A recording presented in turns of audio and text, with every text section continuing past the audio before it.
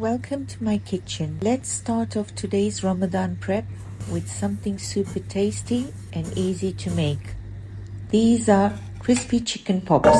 These chicken sticks are creamy and zesty with a hint of lemon. They also have a little kick from the spices and a golden crust outside. I love having these ready in the freezer so I can quickly fry them up when I need to on the day without wasting time. They're a big favorite in my house and I'm sure they'll become one in yours too. These chicken pops are the perfect addition for your iftari in Ramadan. Crispy on the outside and tender on the inside. These bites are packed with flavor and can be made fresh or frozen for later. Whether you prep ahead or make them on the day, they're always a hit with the family. Enjoy them with your favorite chutneys and here's to easy, delicious iftar moments. As always, the full recipe is in the caption below, so make sure to check it out.